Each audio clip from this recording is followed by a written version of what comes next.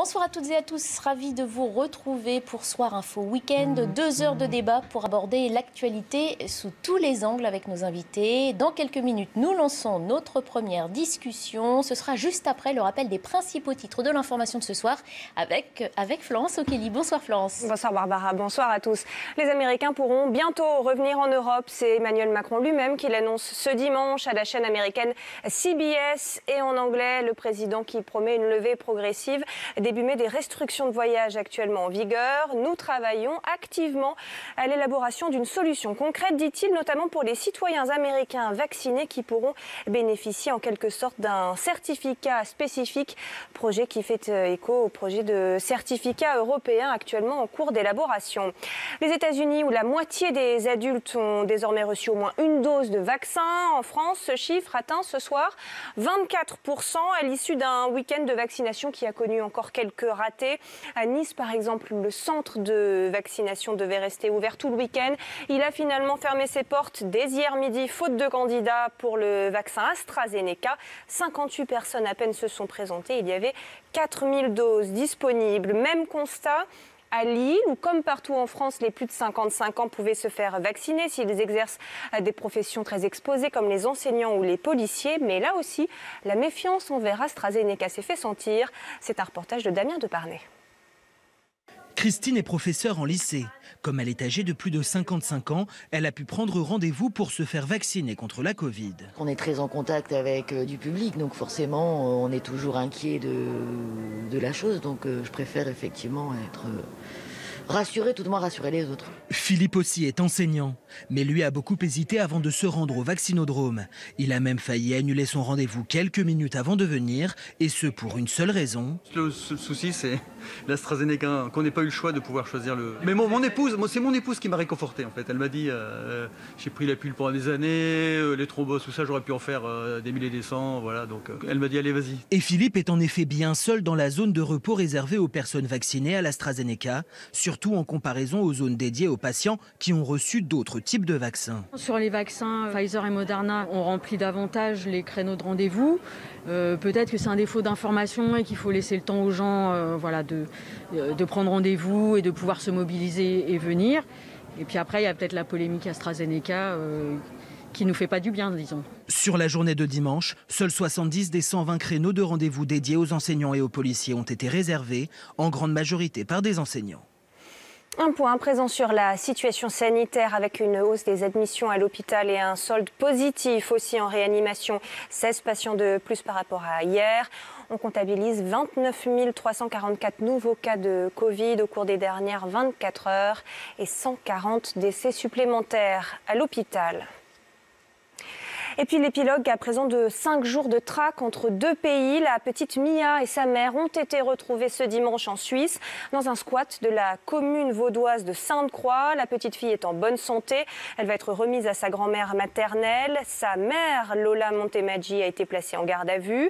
Et on en sait plus sur les circonstances de ce rapt hors du commun. 5 hommes soupçonnés d'avoir participé à l'enlèvement ont été mis en examen. 4 d'entre eux sont écroués. On écoute les précisions du procureur de la République de Nancy.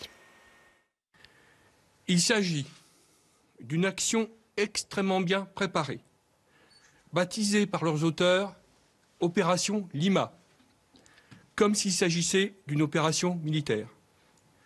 Et cet enlèvement a été conçu comme une opération de type militaire. Ces hommes sont plutôt insérés socialement et ne sont pas connus de la justice. Ce sont des citoyens qui n'ont jamais fait parler d'eux. Ils se sont rencontrés via les réseaux sociaux et partagent une même communauté d'idées. Ils sont contre l'État, ils sont mobilisés contre ce qu'ils appellent la dictature sanitaire. D'ailleurs, chez Pichoun, les enquêteurs ont trouvé, lors de la perquisition à son domicile, de quoi faire un faux certificat médical pour se soustraire à une vaccination si celle-ci devenait obligatoire. Voilà pour ce point sur l'actualité. Tout de suite, c'est le débat dans Soir Info Week-end.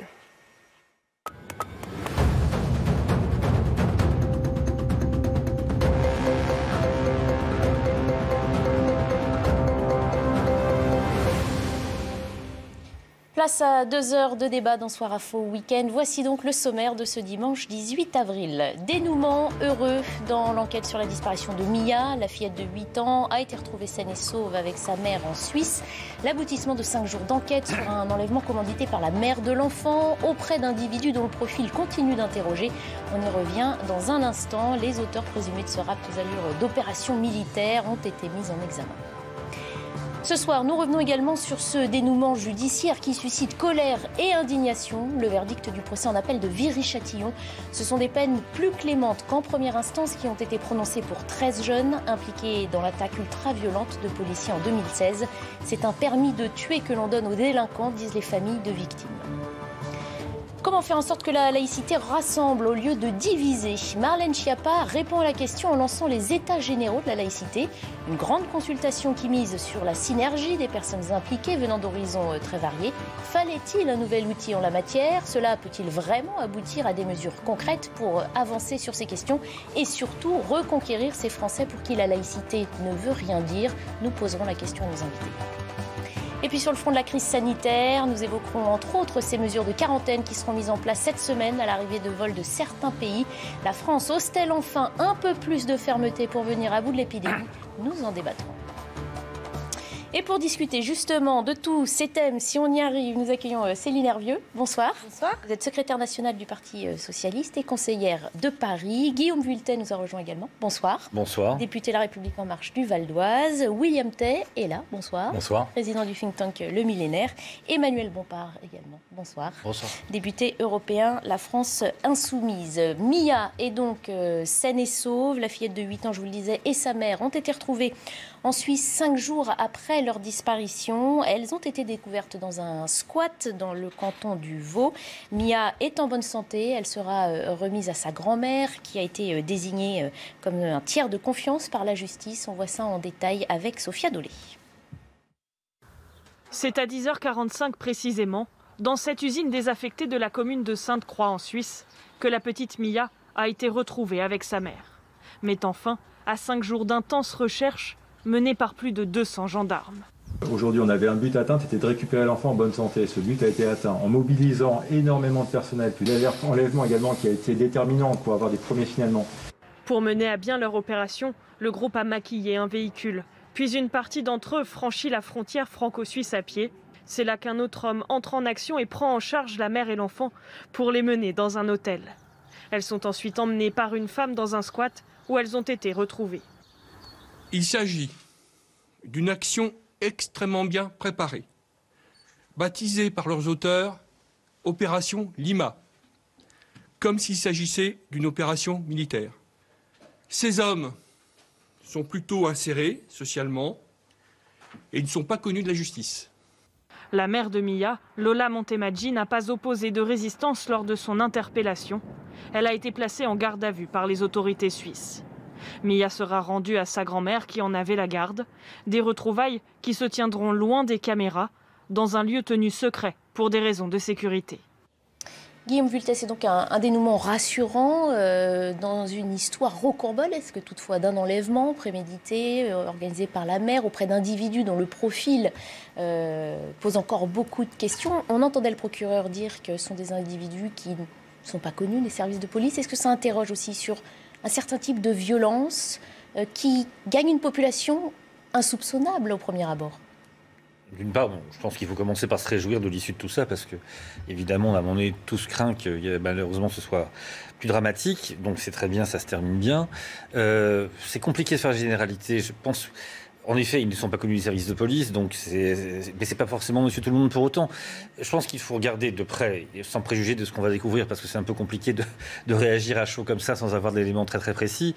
On a en effet une frange de la population qui aujourd'hui est dans une forme de rupture. Les réseaux sociaux alimentent cette sorte de passerelle entre le séparatisme et le complotisme, va-t-on dire. Et puis évidemment, c'est ce qu'il faut pouvoir combattre. Pour autant, ce qu'il va falloir regarder aussi maintenant, c'est plutôt ce qui va suivre. C'est-à-dire comment le reste de ce monde-là, un petit peu paranoïaque, qu'on va réagir à ce qui vient de se passer. C'est quand même quelque chose de très fort qu'on soit obligé de cacher les retrouvailles de la grand-mère et de la petite fille pour des raisons de sécurité. C'est-à-dire que quand même là-dessus, on est face à sans doute une frange très marginale. Il faut se garder de toute généralisation, mais une frange qui peut devenir en effet violente. En tant que telle, ce qui s'est passé est une grande violence. Ça n'est pas dramatique, il n'y a pas de victimes.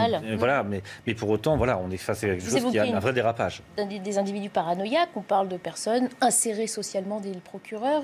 Voilà, il y a beaucoup d'éléments qui restent flous et qui étonnent dans cette histoire. Oui, tout à fait. Je pense qu'il y a 2 éléments à retenir à ce stade de cette affaire. C'est l'efficacité du dispositif alerte enlèvement, qui est relativement récent puisqu'il date de 2006, qui est inspiré des méthodes américaines, canadiennes et qu'on a importé en France et qui fonctionne très bien. Donc ça, c'est important de souligner. Le travail aussi très important des gendarmes au service de notre sécurité. Et 200 gendarmes mobilisés sur 200 gendarmes mobilisés, c'est énorme. Et le deuxième point que je retiens, c'est que ça nous permet de constater la complexité du travail de l'aide sociale à l'enfance aussi vis-à-vis du placement d'un certain nombre de jeunes et des configurations familiales comme ça extrêmement dysfonctionnelles face auxquelles les agents de la protection de l'enfance, la protection judiciaire de la jeunesse font face et qui manquent aujourd'hui cruellement de moyens. Donc je pense que c'est aussi cette affaire le moment de renforcer justement ces dispositifs en faveur de la protection de l'enfance et de l'aide sociale à l'enfance pour éviter que des jeunes comme Mia se retrouvent dans ces situations prises en otage d'une certaine manière avec une répétition comme ça successive de passages à l'acte qui vont avoir des conséquences sur sa situation et sur son état psychologique dans les années à venir. Donc c'est très important qu'on puisse prendre en compte cette dimension-là vis-à-vis de l'aide sociale à l'enfance en France. Madame Bompard, sur les individus aussi qui appartiennent à une certaine partie de la population en rébellion. On a d'abord parlé de survivalisme, même si personne ne comprend très bien ce que ça veut dire. La théorie est un petit peu relativisée aujourd'hui, mais ce sont des individus qui ont une mission, qui veulent résister à la situation ambiante. Bon, d'abord, je pense que comme tout le monde sur ce plateau, il faut partager une certaine forme de soulagement parce qu'il y avait beaucoup d'inquiétudes et heureusement, j'ai envie de dire, le dénouement est heureux. Donc ça, c'est un aspect positif.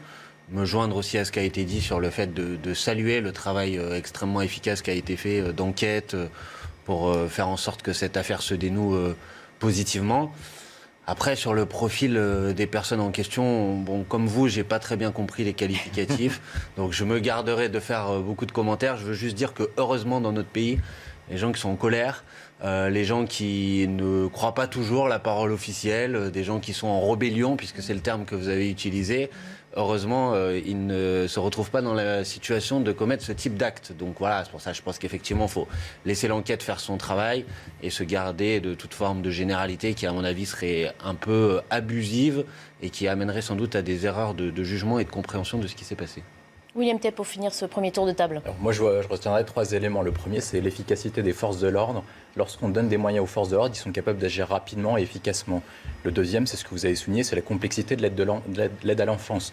Il y avait un rapport parlementaire qui soulignait que l'aide à l'enfance est mal calibrée parce que le dispositif était trop complexe, partagé entre les départements, les régions, l'État. Et en fait, aujourd'hui, la gouvernance de l'aide à l'enfance, l'aide allouée à l'aide à l'enfance, illustre en fait l'échec de l'État. Parce que c'est un État en fait qui est partout, qui est trop présent, qui concentre mal les moyens et donc du coup qui aide pas assez le citoyen. Enfin, après, je retiens le troisième élément, c'est sur le profil des personnes.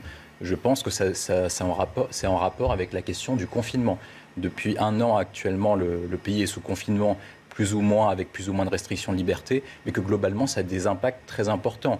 Lorsqu'ils parlent de dictature sanitaire, en fait, je pense qu'ils veulent dire, c'est qu'en fait, c'est la toute-puissance du médecin qui gère le pays à la place du politique. Et en fait, le politique... C'est votre interprétation, on n'a pas encore tous les éléments sur ce sujet. Mais par rapport à ce terme qui est employé, et le politique, notamment le gouvernement et en premier le président de la République, doit justement prendre en compte la situation sanitaire, mais toutes les dimensions du politique. La situation économique, la situation sociale et évidemment la situation psychologique. Parce qu'il n'est pas normal aujourd'hui que 5 suspects soient mis en examen et qu'ils soient capables de mettre en place une opération militaire alors que c'était des personnes qui n'étaient pas reconnues par la DGSI ou la DGSE. Alors, le signal est reçu par l'exécutif. Non, mais on ne sait pas si cette situation aurait pu se produire sans qu'il y ait la crise sanitaire. À l'évidence, la crise sanitaire a forcément des effets, on le dit assez régulièrement, sur la psychologie et sur l'état psychique de nos concitoyens. Et c'est d'ailleurs pour ça qu'on ne peut pas donner des coups de volant trop violents non plus en disant tout le monde rentre à la maison, etc. Il faut trouver cet équilibre entre la situation économique, la situation sanitaire et la situation psychologique. Pour autant, en l'espèce, là, j'y vois davantage le rôle des réseaux sociaux et de leur côté parfaitement débridé en la matière, où on peut en effet monter une opération militaire autour de la volonté de soustraire un enfant à sa grand-mère. J'entends les difficultés de l'aide sociale à l'enfance. Il y a en effet sans doute des choses à améliorer en la matière. C'est essentiellement les départements qui les gèrent aujourd'hui. Là, en l'espèce, cet enfant était confié à sa grand-mère. On ne peut pas dire que c'était un problème trop de placement.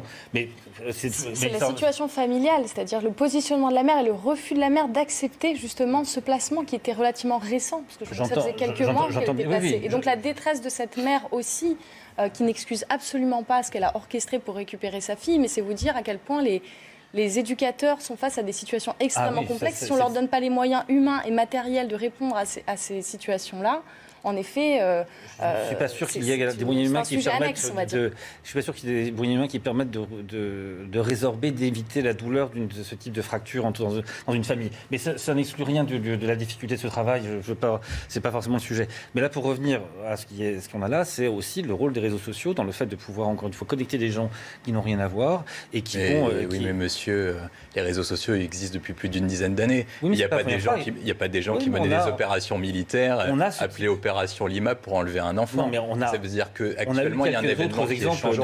Il y a un événement qui est changeant depuis un an, c'est la question de la crise sanitaire, qui a un impact psychologique qui est très fort. Et c'est pour ça que beaucoup de personnes demandaient au président de la République, et justement, il a pris une bonne décision en janvier, qui était de ne pas reconfiner, justement en prenant en compte les autres dimensions que la dimension sanitaire, notamment psychologique et sociale. J'en prends acte, tout le monde ne dit pas ça, et j'en suis ravi. Et on en reparlera sans doute tout à l'heure en évoquant justement notre page consacrée à la crise sanitaire. On va d'abord revenir sur le procès en appel de Viry-Châtillon. Choquant, écœurant, inquiétant. Les adjectifs ne manquent pas aujourd'hui pour exprimer l'indignation générale. Donc après ce verdict du procès en appel à Viry-Châtillon, verdict plus clément qu'en première instance à l'égard de 13 jeunes impliqués dans l'attaque ultra-violente de policiers en 2016. On va revenir sur ce verdict avec Emma Guessel. À l'annonce du verdict, vive tension dans la cour d'assises. Une bagarre générale éclate dans le box des accusés. Certains accusés qui pourtant venaient d'être acquittés ont tenté manifestement, en tout cas de ce que j'ai vu, d'en agresser un autre. Et ont pris à partie également les gendarmes dans une scène d'une violence que je n'ai jamais vue en 25 ans dans une cour d'assises. Dans cette affaire, 5 jeunes ont été condamnés à des peines allant de 6 à 18 ans de prison. Mais l'acquittement de 8 autres suscite l'indignation des avocats des victimes. Cette décision, elle est insupportable pour les policiers que nous représentons. On leur crache au visage. On les a brûlés une première fois et maintenant on leur crache au visage. Soulagement du côté de la défense. C'est un démenti cinglant de cette enquête qui est pour, à mon sens, une des plus grosses erreurs judiciaires de ces 10 dernières années, à minima. Le 8 octobre 2016, une vingtaine d'individus avaient pris d'assaut 2 voitures de police à Viry-Châtillon. 2 policiers avaient alors pris feu. Plus de 4 ans après les faits, l'un d'entre eux garde encore les marques de l'agression sur son visage. 2 autres agents avaient été blessés plus légèrement. Là, on rappelle ces peines prononcées donc, la nuit dernière, des peines de 6 à 18 ans de réclusion pour 5 prévenus et 8 autres individus acquittés. On sait que les syndicats de police attendaient des peines exemplaires. Ils ne comprennent pas ce verdict. Je ne vais pas commenter un verdict, je ne peux pas le faire. La liberté des avocats est de le faire, mais sincèrement, je crois que ce n'est pas notre rôle. Ce n'est pas choquant quand on a voulu clairement attenter à la vie de policiers. Ce qui est insupportable et ce qui est choquant, c'est les faits qui ont été commis. C'est le fait qu'on puisse s'attaquer de cette façon à des policiers. Et c'est le sentiment d'impunité qui a accompagné cela. Maintenant, sur le détail de l'enquête et sur le fait que tel individu mérite ou telle peine ou bien d'être acquitté, là, je ne peux pas me prononcer par rapport à cela parce que c'est la justice et qui est dans son indépendance, prend cette décision. Les réactions qui vont avec sont humainement évidemment compréhensibles, mais là ce n'est pas à moi de commenter ça. Par contre, ce qui est de mon devoir, c'est de dire que décidément cette agression à l'égard des forces de l'ordre est insupportable, qu'aujourd'hui il y a encore des agressions qui ne sont pas de cette nature, mais qui sont tout aussi violentes, même si elles sont moins visibles. Nous renforçons. On a vu ce qui s'est passé à Épinay dans la nuit de vendredi à samedi. Et j'entends les cris d'orfraie de ceux qui pensent que chercher à éviter qu'on puisse identifier des policiers pour aller les chercher chez eux, pour aller chercher leurs enfants dans les écoles, soit quelque chose qui les les choque. Moi, je sais une chose, c'est que j'entendais qu'il y avait des critiques sur ce que nous sommes en train de voter sur la loi confortant le respect des principes de la République et ce qu'on appelait l'amendement Samuel Paty. Samuel Paty vivait dans ma circonscription. Et d'ailleurs, en fait, il y a été assassiné, c'est à la jonction des communes de Conflans-Sainte-Honorine et d'Éragny. On ne peut pas laisser faire ces choses-là. Donc on est en train de compléter l'arsenal juridique, c'est absolument nécessaire. Nous sommes une société qui a sa violence. Sans doute avez-vous raison sur le fait que la pression psychologique qu'il y a en plus avec la crise sanitaire qui dure ne doit pas ranger les choses auprès d'un certain nombre de personnes qui sont déjà un peu spéciales, mais ce n'est pas ça le problème. Le problème de fond, c'est qu'on est une société violente et dans laquelle on a une forme de tolérance à l'égard des agressions à l'égard des forces de l'ordre et c'est insupportable. Et c'est ça surtout qu'il faut rappeler. On rappelle qu'on parle de faits qui datent de 2016, évidemment Absolument. jugés 5 ans après, donc dans un contexte complètement différent. Toutefois, on sait que la situation, elle est encore plus tendue aujourd'hui face aux forces de l'ordre. Je voulais revenir aussi sur cette bagarre dans le box des accusés. Ça paraît sidérant. Est-ce que ça n'illustre pas aussi une partie du problème, justement, d'encadrement, d'éducation de certains individus qui n'ont plus ces repères et qui se permettent les scènes qu'on... Bon, je pense que les actes dont il est question sont des actes inqualifiables. Et donc, il fallait qu'il y ait des condamnations. Et il y en a eu. Quand même le dire, il y a des personnes qui ont été condamnées, heureusement, pour les actes qui ont été commis, et ça, c'est positif. Après, effectivement, il y a aussi des personnes qui, manifestement, avaient été condamnées en première instance et qui l'ont été relaxées en appel. Moi, je n'ai pas connaissance du dossier pour expliquer pourquoi telle personne a été finalement condamnée. Mais vous entendez la colère des forces de l'ordre qui ne se sentent déjà pas soutenues, c'est ce qu'ils disent depuis des mois. Un tel verdict ne les rassure pas plus. Bien sûr, mais je peux le comprendre tout à fait, mais il y a une justice qui est chargée de regarder, d'étudier les situations, de condamner les gens dont il y a des preuves irréfutables qu'ils ont participé à ces actes, et puis parfois d'en relaxer d'autres quand il n'est pas possible de faire le lien entre les actes et ces personnes. Encore une fois, moi je n'ai pas connaissance du fond du dossier et du sujet. Il est normal, heureusement, dans notre pays, que quand on s'attaque à des policiers comme ça, on est condamné pour ces actes, et c'est normal que ce soit fait. Maintenant, monsieur, vous venez de parler de deux projets de loi qui, pardonnez-moi, sur ce sujet-là, n'apportent rien, ne règlent aucunement le problème. Ni la loi sur le séparatisme, ni la loi sur la sécurité globale ne changent quoi que ce soit à des personnes qui décident d'attaquer des policiers, qui heureusement sont condamnés dans notre pays quand ils le font, et j'espère demain seront continués à l'être quand ils font ce Excusez-moi, excusez-moi, tout à fait d'accord. Il y a quand même aujourd'hui sur les réseaux sociaux parfois des messages de l'organisation quasiment d'agressions caractérisées sur les policiers et qui sont des véritables guet-apens. Mais là, on n'en parle pas dans ce cas-là. Monsieur. Non, puisque vous utilisez ce cas-là pour parler de ça. Donc... Pour le coup, je voudrais qu'on revienne un peu en arrière. Enfin, il faudrait revenir un peu en arrière sur le contexte de ce qu'il y avait, où il y avait de très nombreuses attaques contre les policiers sur les réseaux sociaux à cette époque-là. Et je pense que c'est une très bonne chose qu'on ait été là-dessus parce que c'est une question d'ambiance aussi, d'atmosphère générale. Vous pensez qu'avant votre projet de loi, il était permis de menacer des policiers sur les réseaux sociaux? Je pense qu'avant le projet de loi, il y avait l'usage d'un certain nombre d'informations sur les réseaux sociaux qui ne rentraient pas dans le cadre de la loi, et c'est très bien justement qu'on s'en occupe. Et moi, je les ai vus, demander là où vous habitez, à voir avec le préfet.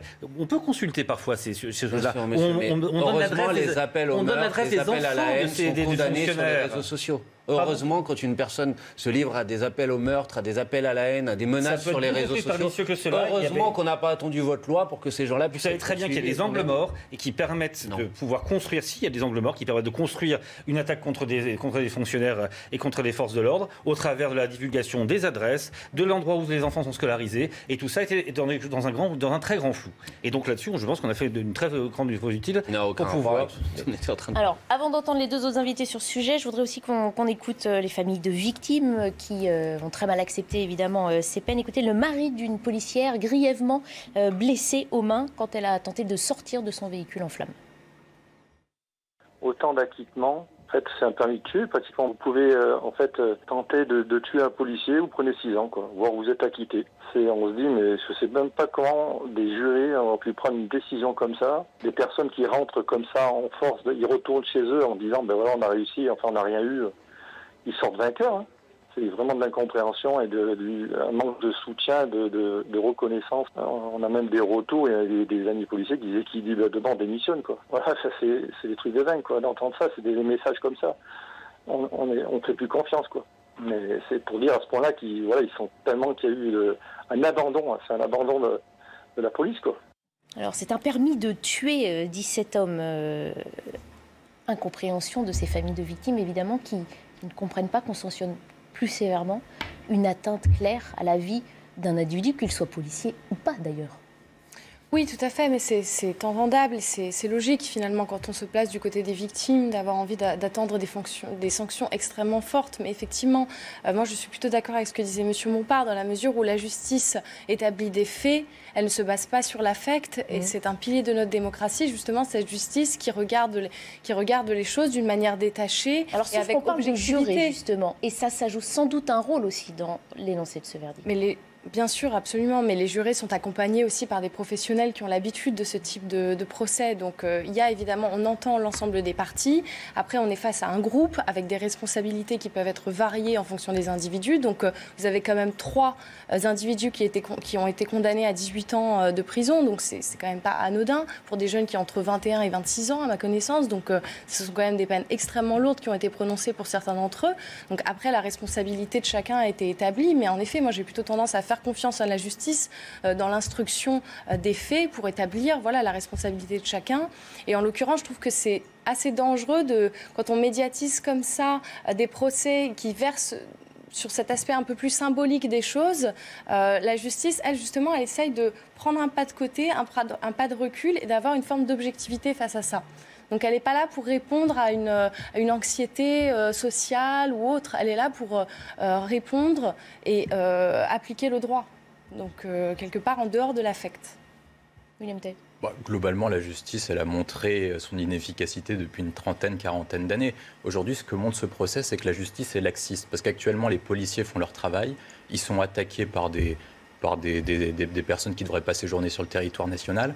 Et ensuite, après, ils sont remis à la justice pour être condamnés à des peines variables. Effectivement, vous avez raison, c'est-à-dire qu'on ne peut pas juger sur les cas en l'espèce parce qu'on ne connaît pas le dossier. Bon. Mais on peut établir que sur les personnes qui sont jugées responsables... Ça ne vous avait pas empêché de dire qu'ils ne devaient pas être sur le territoire national. Laissez-moi terminer. Sur les personnes qui ont été condamnées à 18 ans ou 6 ans de prison, normalement, les peines devraient être allongées. Il n'est pas normal, et je me mets à la place des familles de victimes, que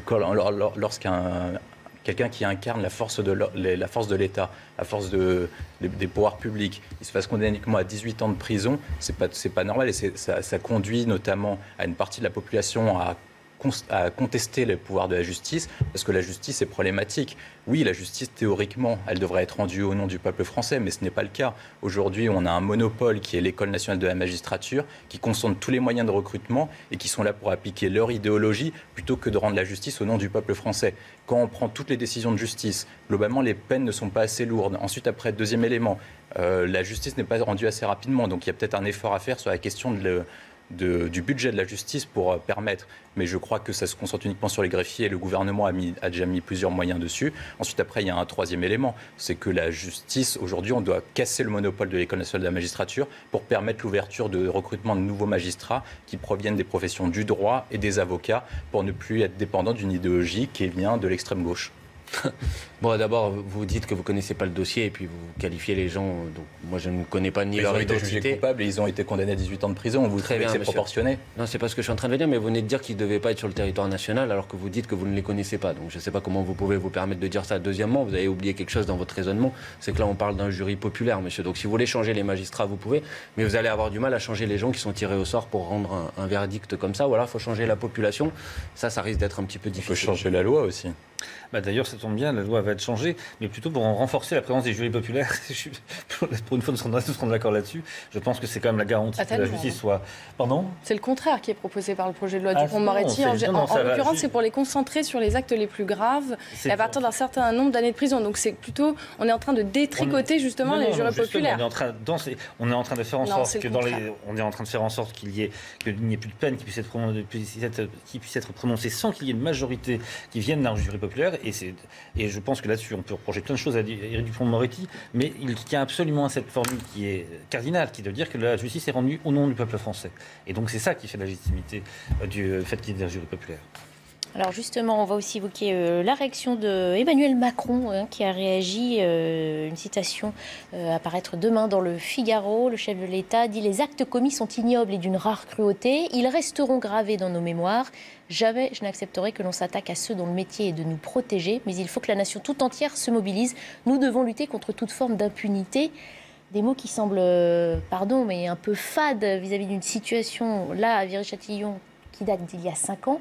On sait que 5 ans après, c'est beaucoup plus tendu encore et que rien ne semble avoir été fait. On dirait que c'est sans fin, cette histoire de haine contre la police et qu'on n'arrive pas à y mettre fin. Il y a deux choses, il y a plusieurs problèmes qui sont totalement différents. Nous sommes dans un état de droit qui vit une séparation des pouvoirs. On peut s'en plaindre, on peut faire ce que... Mais dans la mesure où nous sommes dans un état de droit et que je crois que les Français tiennent à être dans une démocratie qui fonctionne de cette façon, en effet, il y a une indépendance de la justice qui fait que quand la justice est rendue au nom du peuple français par des magistrats, certes, mais aussi par les jurys populaires, eh bien, donc, à un moment donné, la justice, la décision s'impose. La question du rapport de la population à la police est une question qui est tout autre, mais qui, quelque part, à un moment donné, est aussi une généralisation un petit peu forte. Il y a une partie de nos concitoyens qui, en effet, considèrent, entre autres dans les quartiers qui sont victimes de ce qu'on appelle le séparatisme, qui considèrent que la police, que les forces de l'ordre, que l'État, que la puissance publique n'a plus droit de cité dans ces quartiers. Et c'est pour ça qu'il faut réinvestir. C'est pour ça que nous avons mis en place les quartiers de reconquête républicaine. Et donc, avec des moyens supplémentaires, parce que je veux bien qu'on se plaigne toujours. Mais enfin, on a en effet mis à peu près 8 000 policiers. On va arriver à 10 000 à la fin du mandat, qui avaient été supprimés auparavant par entre Nicolas Sarkozy, il faut quand même appeler un chat un chat. On a mis des moyens sans commune mesure avec ce qui était fait avant sur la justice et sur la sécurité. Tout ça met un peu de temps à trouver son effet et je le regrette bien parce que les choses ne sont pas instantanées. Il faut en effet prendre le temps de former les gens, il faut prendre le temps de les déployer sur le terrain. Mais je pense aussi que nous sommes avec une nation qui doit aussi là-dessus avoir un regard sain et serein sur ses forces de sécurité. C'est facile à dire, mais dans les faits, ça ne se traduit en rien. Ah bah non, dans les faits, ça se traduit quand même par un effort budgétaire qui est sans commune mesure, encore une fois, par des lois qui sont arrivées, les lois antiterroristes, la loi sur la sécurité globale qui a été votée il y a peu, qui prévoit un continuum de sécurité même du Sauf que dans la nuit de vendredi à samedi à Épinay, on a encore vu des policiers devoir reculer face à des tirs de mortier. Il n'y a aucune loi, il n'y a aucun système qui évitera la délinquance absolument. Donc maintenant, ce qu'il faut, c'est d'une part faire en sorte que les forces de l'ordre aient les moyens de travailler. Je pense que nous y concourons. Il faut les protéger, entre autres, quand elles ne travaillent pas, et c'est comme le minimum, et aussi quand elles travaillent. Et par ailleurs, il faut que la nation les soutienne, parce que la sécurité, c'est la première des libertés. Et elle protège. Et la sécurité est d'abord une liberté pour les plus faibles, pour les plus fragiles. Ceux qui n'ont pas les moyens de faire autrement que de devoir faire confiance aux forces de l'ordre. Et bien, il faudrait que la nation se reprenne aussi là-dessus, pour pouvoir leur apporter un soutien plus fort. Très bien, on continue de parler des libertés, des valeurs chères à la République française, la laïcité justement. On en vient au lancement des États généraux de la laïcité annoncés par Marlène Schiappa, la ministre déléguée à la citoyenneté, mise sur les synergies des intervenants, des religieux, des intellectuels, des associations et aussi des jeunes Français. Tous seront consultés sur des sujets tels que la liberté d'expression ou l'intégration citoyenne. Précision d'Elisa Lukavski.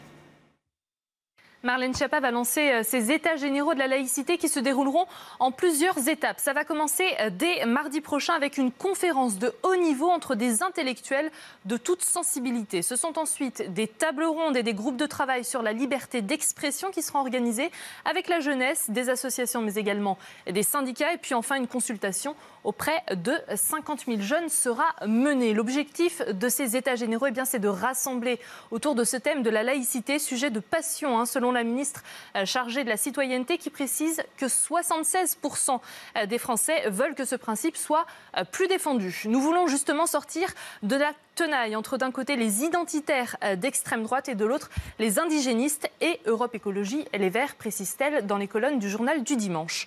Quand on évoque enfin les craintes d'une laïcité devenant un outil répressif de contrôle et d'interdiction, Marlène Schiappa répond et conclut que la laïcité n'est en aucun cas une arme de répression contre les religions.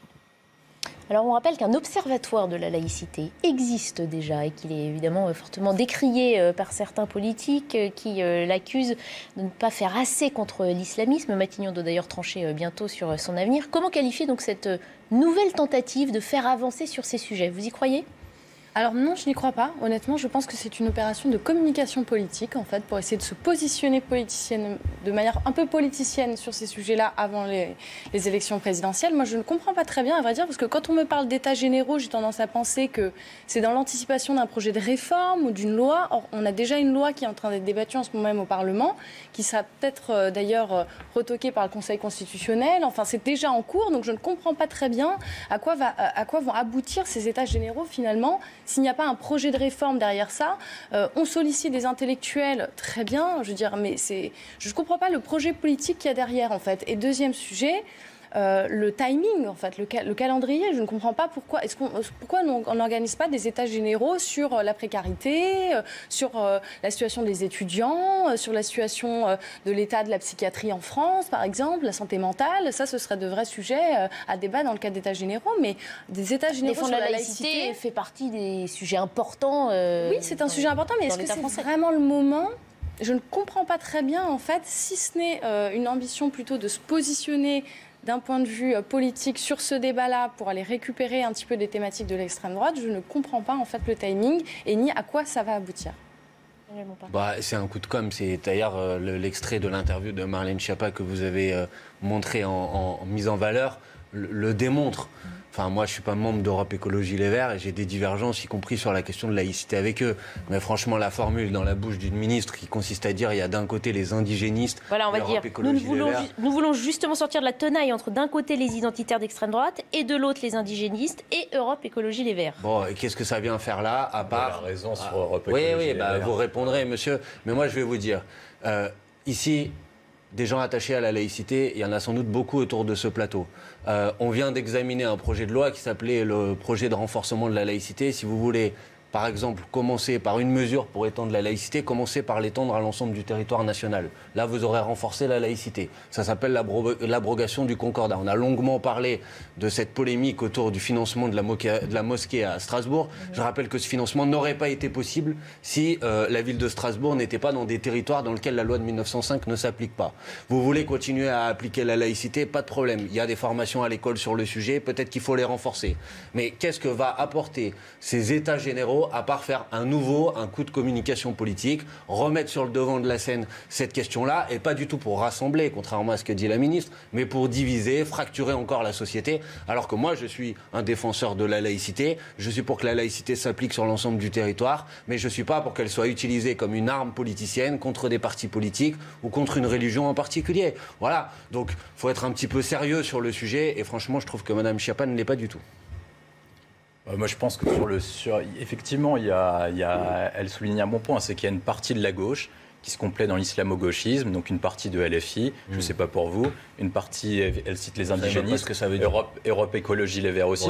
Bien sûr que si, vous le savez très bien. C'est-à-dire que globalement, il y a une partie de la gauche qui a des accointances avec l'islam radical pour des raisons électorales, notamment dans certains endroits du territoire national. Ça veut dire pourquoi vous êtes très mal tombé. Vous allez me donner d'un mois de leçons de complaisance. Mais vous savez, j'ai pas dit vous, j'ai une partie de votre camp. Mon courant politique, vous savez, par exemple, vous voulez parler de Daniel Obono ? Vous voulez parler de la Tunisie récemment ? Monsieur, qui c'est qui s'est fait assassiner par les islamistes en Tunisie ? Donc venez pas me donner des leçons sur la complaisance avec l'islam radical. Je change de sujet. Vous venez de dire vous avez des complicités avec l'islamisme. Évidemment.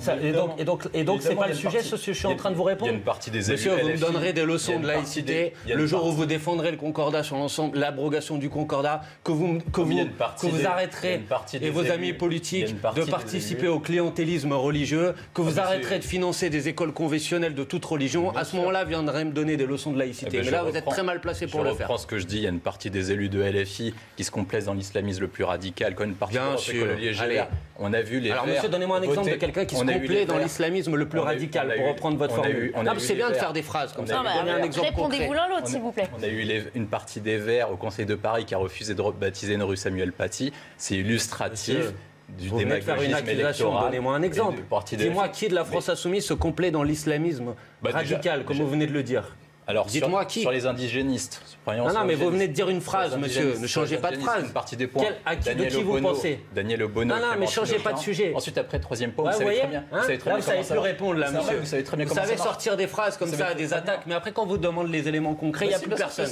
Voilà, je pense que tout le monde en aura vu la démonstration. Pour vous illustrer tout ça, il suffit que tous les spectateurs regardent les élus PCF et de LFI de la Seine-Saint-Denis, qui regardent sur Internet les différentes enquêtes de presse qui ont été menées, et ils trouveront des noms précis. Ils trouveront des noms de gens qui se complaisent avec l'islamisme radical, bien sûr. Mais vous racontez n'importe quoi. Vous êtes en train de raconter n'importe quoi. Plein d'exemples. Ensuite, après, sur la question des états généraux de la laïcité. Effectivement, c'est un point, c'est une opération de communication, mais qui arrive beaucoup trop tard, parce qu'elle aurait dû être prise au moment de Samuel Paty.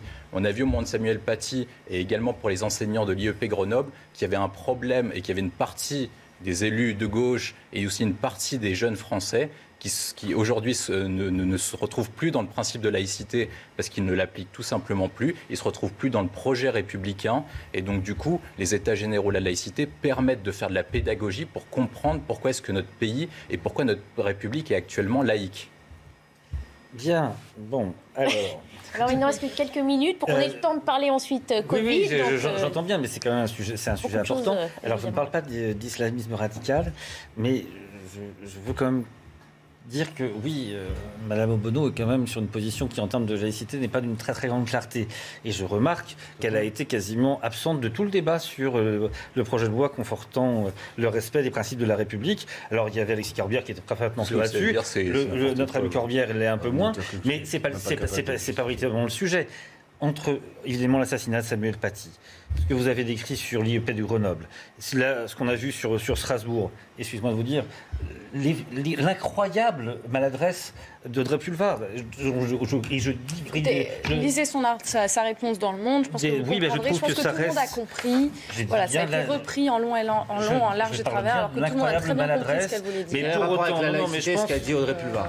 Parce que vous mélangez tout, faites un gloubi-boulga. Non, je pense qu'Audrey Pulvar et la laïcité. Le fait de dire que les Blancs se taisent quand les Et ça a quoi comme rapport avec la laïcité, monsieur? Parce que ça veut dire que nous sommes tous une communauté nationale. C'est quoi la laïcité? Vous mélangez tout, faire des gros boogie. C'est quoi la laïcité? C'est la liberté de conscience et la neutralité du service public. La liberté de conscience fait qu'à un moment donné, nous sommes tous égaux par rapport sans avoir une caractéristique, sans qu'on puisse essentialiser le fait qu'on est noir ou blanc ou quoi que ce soit. Et donc là-dessus dire qu'il y a une règle qui doit être respectée, c'est celle du silence d'une catégorie par rapport à une autre quand l'autre parle. Excusez-moi, ça pour le coup, c'était en rupture. De groupes de parole spécifiques dans un contexte particulier. Peut-être la formule était maladroite. C'est exactement ce que je viens de dire. Je n'ai pas dit autre chose que la maladresse. Là, je réponds juste à M. Bompard. N'utilisez pas ça comme argument politique pour parler de la laïcité, parce qu'en l'occurrence, vous êtes hors sujet.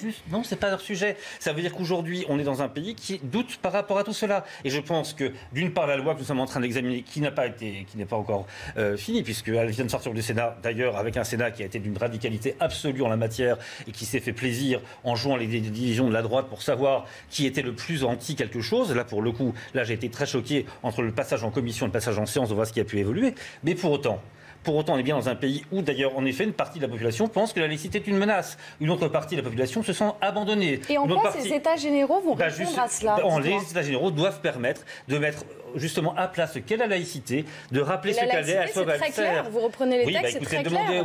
C'est plutôt la question de l'éducation, c'est plutôt de la manière dont on évoque justement dans le système scolaire, qu'est-ce qui fait qu'un bus s'arrête quand on doit faire la prière, et dont on fait respecter justement la République, mais jusqu'au bout, la République jusqu'au bout, c'est-à-dire les services publics, l'accompagnement des plus fragiles aussi. Dans certains quartiers notamment où les services publics ont disparu. L'accompagnement du plus fragile n'est pas incompatible avec le fait de réaffirmer ce que sont nos principes. Et justement, je pense que les États généraux de la laïcité doivent permettre aussi de remettre les pendules à l'heure, tout bêtement. C'est fait pour ça. Ce débat démontre bien que tout ça est une opération. Mais non, mais c'est pas une opération. Regardez, ça vous a permis de remettre sur le devant de la scène. Ça démontre simplement votre prise en avant pour ne pas affirmer vos propres contradictions. Et les filles, alors qu'il y a des étudiants qui font la queue pour avoir à manger, qu'il y a des gens qui perdent leur boulot tous les jours.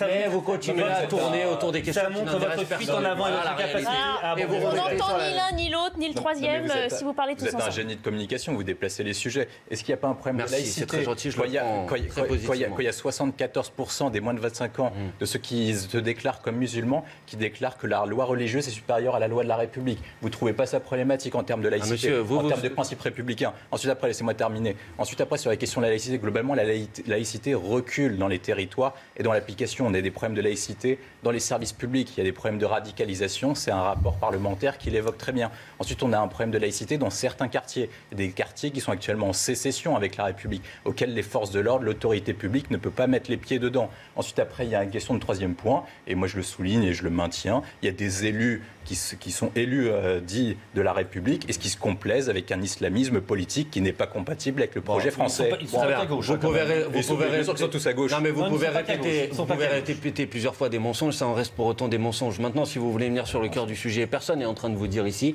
qu'on ne peut pas améliorer l'application de la laïcité dans notre pays. D'ailleurs, on a fait des propositions sur le sujet. Personne n'est en train de vous dire que la laïcité n'est pas une valeur qu'il faut continuer à défendre. Personne n'est en train de vous dire ça, en fait. Personne n'est en train de vous dire qu'il n'y a aucun problème avec la laïcité dans ce pays. On est juste en train de vous dire... secondaire comme problème, c'est un principe fondamental de la République. Mais monsieur, il y a un projet de loi qui vient d'être adopté et il était censé renforcer la laïcité. Et une fois qu'on arrive... Moi, je suis contre ce projet de loi parce qu'à mon avis, il fait n'importe quoi. Mais on peut y venir si vous voulez. Mais une fois qu'on a terminé l'examen, on réouvre le cycle. Alors, expliquez-moi. Il me semblait que c'est la loi, normalement, qui permet de faire... On part du discours du numéro du 2 octobre. On arrive, ce qui est très peu de temps, et c'est même avant l'assassinat de Samuel Paty. Très vite, on rentre dans cette logique de lutter contre les séparatismes, y compris avec la dimension sociale, pour l'égalité et la lutte contre la précarité, avec des sommes considérables qui ont été mises là-dessus. Il y a 10 milliards pour la jeunesse, rien que pour la jeunesse. Ensuite, il y a le volet législatif qui est en train d'être fait, et je pense que oui, il y a un débat interne à ce pays ce pays doit se parler à lui-même par rapport à la laïcité.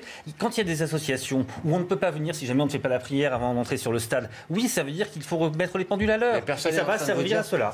Personne n'est en train de vous dire, monsieur, qu'on ne peut rien faire pour améliorer les choses. La seule chose qu'on a... oui, mais monsieur, ne commencez pas par annoncer une conférence sur la laïcité où vous jetez au pilori des organisations politiques dans ce pays, parce que tout de suite, tout le monde a compris que votre mission est une mission politicienne. Vous avez l'impression que je suis mal à l'aise.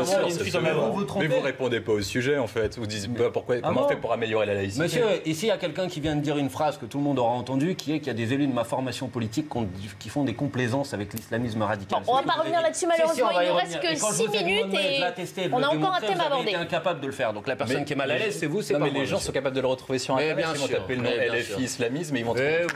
Allez, on va essayer de garder notre calme jusqu'à la fin de cette première heure de Soir Info week-end. Non, on ne dit pas de bêtises, on n'est pas là pour ça.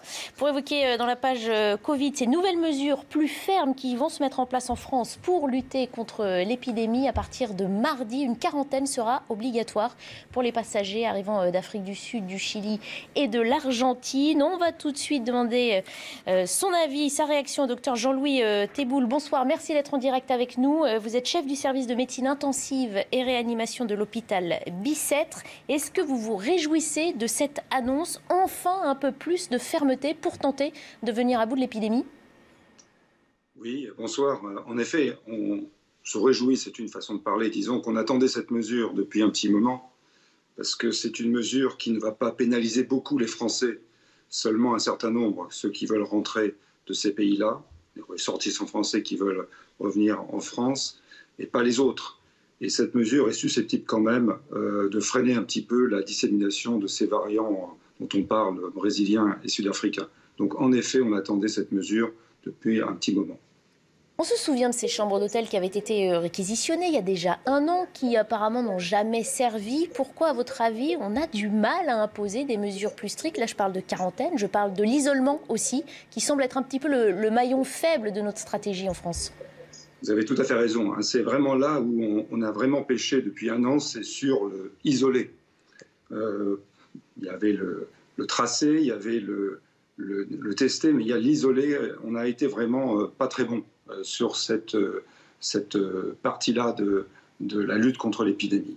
Et en effet, la quarantaine, c'est quelque chose, à mon sens, qu'il faudrait respecter, peut-être dans des hôtels, comme vous le dites, puisque les hôtels sont relativement vides actuellement en France, et en particulier dans la région parisienne.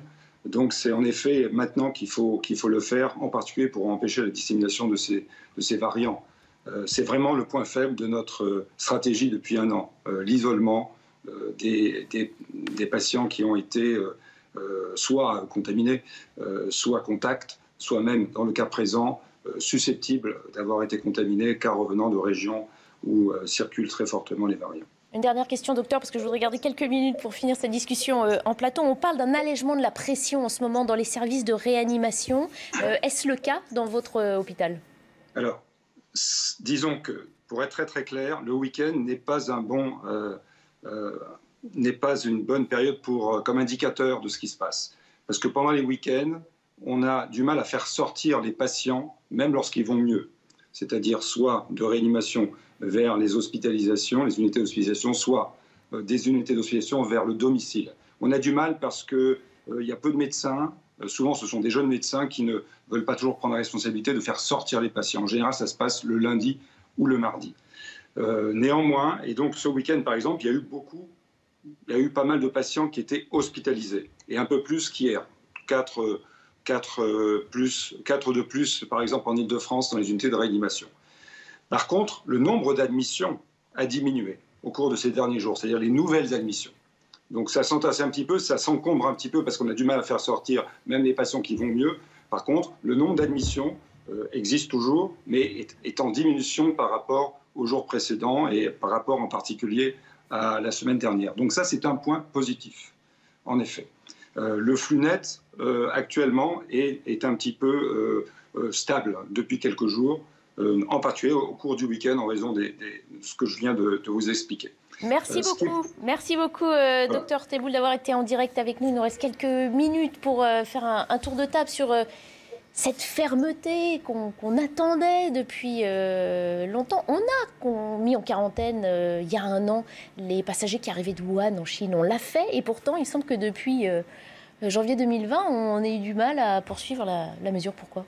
Ce qui est amusant, c'est de voir la déclaration de Jean-Baptiste Djebbari, ministre des Transports, il y a une semaine. Il disait qu'on ne pouvait pas interrompre les liens entre la France et le Brésil parce que le Conseil d'État ne voulait pas. Ensuite, le lendemain, on a pu le faire. Qu'est-ce que ça a démontré ? Ça a démontré qu'avec une volonté politique forte, le pouvoir politique était quasiment capable de tout. Et aujourd'hui, le gouvernement, même si je ne dis pas que les autres partis auraient fait mieux, mais actuellement, ce qu'on peut comparer, comme c'est une crise qui touche tous les pays, on peut comparer le résultat de la France par rapport aux autres pays. Et ce qu'on remarque, c'est que globalement, le gouvernement a soit été trop tard, soit n'a pas pris les mesures au bon degré, soit trop restrictif, soit pas assez restrictif, soit trop en avance, soit trop en retard. Donc globalement, quand on regarde la situation, Boris Johnson, qui a affronté le variant britannique, aujourd'hui a pu permettre de rouvrir les bars et les restaurants, alors que nous sommes toujours fermés. La France, par rapport au nombre de morts par million d'habitants, nous avons plus de morts que les États-Unis, alors que Donald Trump avait laissé le pays ouvrir pendant 1 an. Johnson l'a fait également. On a plus de morts que l'Allemagne. Alors qu'aujourd'hui, on regarde la situation, les chiffres ne sont pas bons. Qu'est-ce qu'a montré cette crise ? C'est que cette crise a montré le déclassement de l'Europe et l'avènement de l'Asie. Et au sein de l'Europe, la France est déclassée par rapport aux autres grands pays, Royaume-Uni et Allemagne.